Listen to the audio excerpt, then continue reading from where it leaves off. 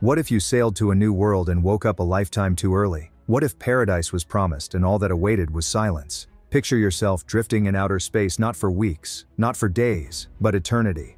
Now picture yourself having to make the impossible choice, to wake another and steal their future. This isn't just a love story, it's a story of loneliness, longing, and the cost of playing God. This is Passengers. In the infinite void of space, on a ship to a distant Eden, one man wakes up too soon. Jim Preston emerges from his hibernation pod, groggy, confused, and utterly alone. A voice addresses him, suave, rehearsed, artificial. "Good morning, James." But there's no one there to answer. The Avalon was to be his journey to a new life homestead too, a new beginning for humankind, second chance for sentimentalists. But instead, he finds himself marooned inside a massive spaceship with 5,000 travelers and 258 officers, all in hibernation. Frozen in time, unapproachable, unconscious. Their voyage was to have taken 120 years. Jim woke up 90 years ahead of schedule. First, he seeks answers. He roams the brass-hued metal corridors, speaks into chilly terminals, sends a desperate message back to Earth, one that will return in 19 years and 55 to reach.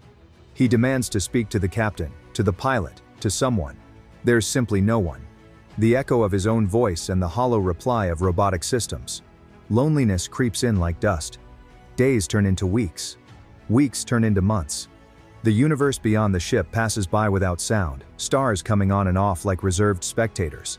The Grand Concourse, which was originally supposed to be filled with laughter and society, becomes a cathedral of solitude. He finds a friend not human, but an android bartender named Arthur.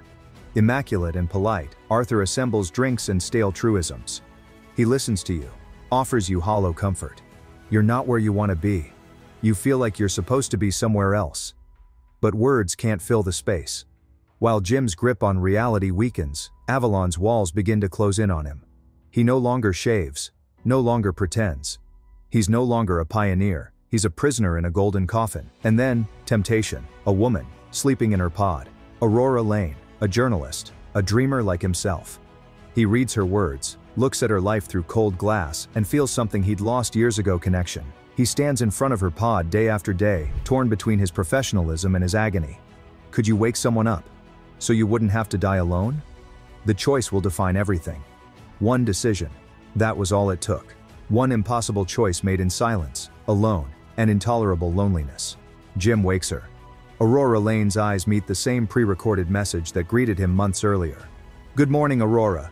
It's perfectly normal to feel confused." She does. Panic fuels confusion as she begins to demand explanations. Where are others? When do we arrive?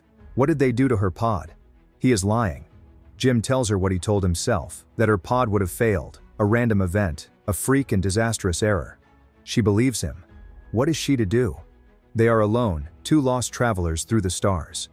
For a few moments they establish a rhythm. They find the ship together, filling empty hallways with laughter, dance, and spontaneous dates under artificial starlight. In a time-worn world left behind by time, they establish something that feels like love. They are castaways, exchanging secrets, stories, and dreams. Aurora, always the writer, journals her thoughts, calling it accidental happiness, as if two wrecked hearts were clinging to each other on a desolate island. But paradise is sand. The truth waits beneath bland smiles and unwilling eyes. And it finally breaks. Arthur, the android barkeep, suave and unaware, lets it all out, casually, absent-mindedly. "Jim was looking forward to getting you acquainted," he tells us. "He wrestled for months over whether or not to wake you." The words impact like a meteor. Aurora reels, anger in place of awe. Her life taken, her journey cut short. She was never to wake up here. She was to come to Homestead too, to write her story, to live a life of years. That life is gone now. Stranded on a ship 90 years from its destination, with a man who looked into her eyes and lied and said he was alone. She accuses him. How could you do it? Jim doesn't have an excuse, no explanation. Only tears and apologies. He tells her he was crumbling, losing pieces of himself, and when he saw her, when he read her words, he lived. "I loved you," he says to her. Betrayal-driven love isn't forgivable fast and they are no longer that lost pair. They are strangers again, orbiting around the same ship, but in another world. In the next scene we see, the silence returns. Aurora no longer speaks to Jim. Her voice, once teasing and questioning, now echoes only in her diary. She writes not to record joy, but to untangle betrayal. Beside her, the Avalon drifts on through space, a palace of light and chrome, but beneath its surface sheath, something's cracking. It begins with little things, a flickering bulb, a stuck door, and then more. Malfunctions cascade like faults in the ship's perfect design, elevator breakdowns, diagnostics in disarray, strange anomalies with no cause. The illusion of control starts to break, and then, a miracle. A member of the crew stirs, Gus Mancuso, deck chief, grizzled, gruff and dying. His body ravaged by a disabling disease brought on by a faulty hibernation pod, the same one that afflicted Jim. He provides facts, answers, and a sense of urgency. The ship is not fine. Avalon is in danger. The three of them dig deeper: Jim, Aurora, and Gus, united by grudging alliance. Aurora is still seething with anger, but the ship has to be salvaged. Systems are crashing in cascades, small problems pointing to a much larger one. And then the truth. A gargantuan power surge 2 years ago. A catastrophic failure deep within the core of the ship. It had begun with one piece, a reactor shield blown by an explosion of debris. And since then, all systems on board have been running at peak capacity, overloading. Systems are crashing left and right, the life support grid, the gravity drive, even the fusion reactor. Another breakdown, and the whole ship will die. Time is running out. Jim and Aurora, still circling each other in guilt and sorrow, now have a new kind of decision to make: survival. To save the ship, they will need to go outside into the void to perform a manual venting of the hot reactor. It's a steel and flame suicide mission. But before they can undertake that, there's one final punch thrown between them. Gus is killed. His last words: "Fix this." And so it is left to them, a mechanic and a writer, two people who should never have been heroes, carrying the heavy load of 5,000 lives. The ship groans around them, alarms wail, and in flashes of silence between explosion and breakdown, Jim and Aurora are driven back to look at each other once more. They were broken. They were betrayed.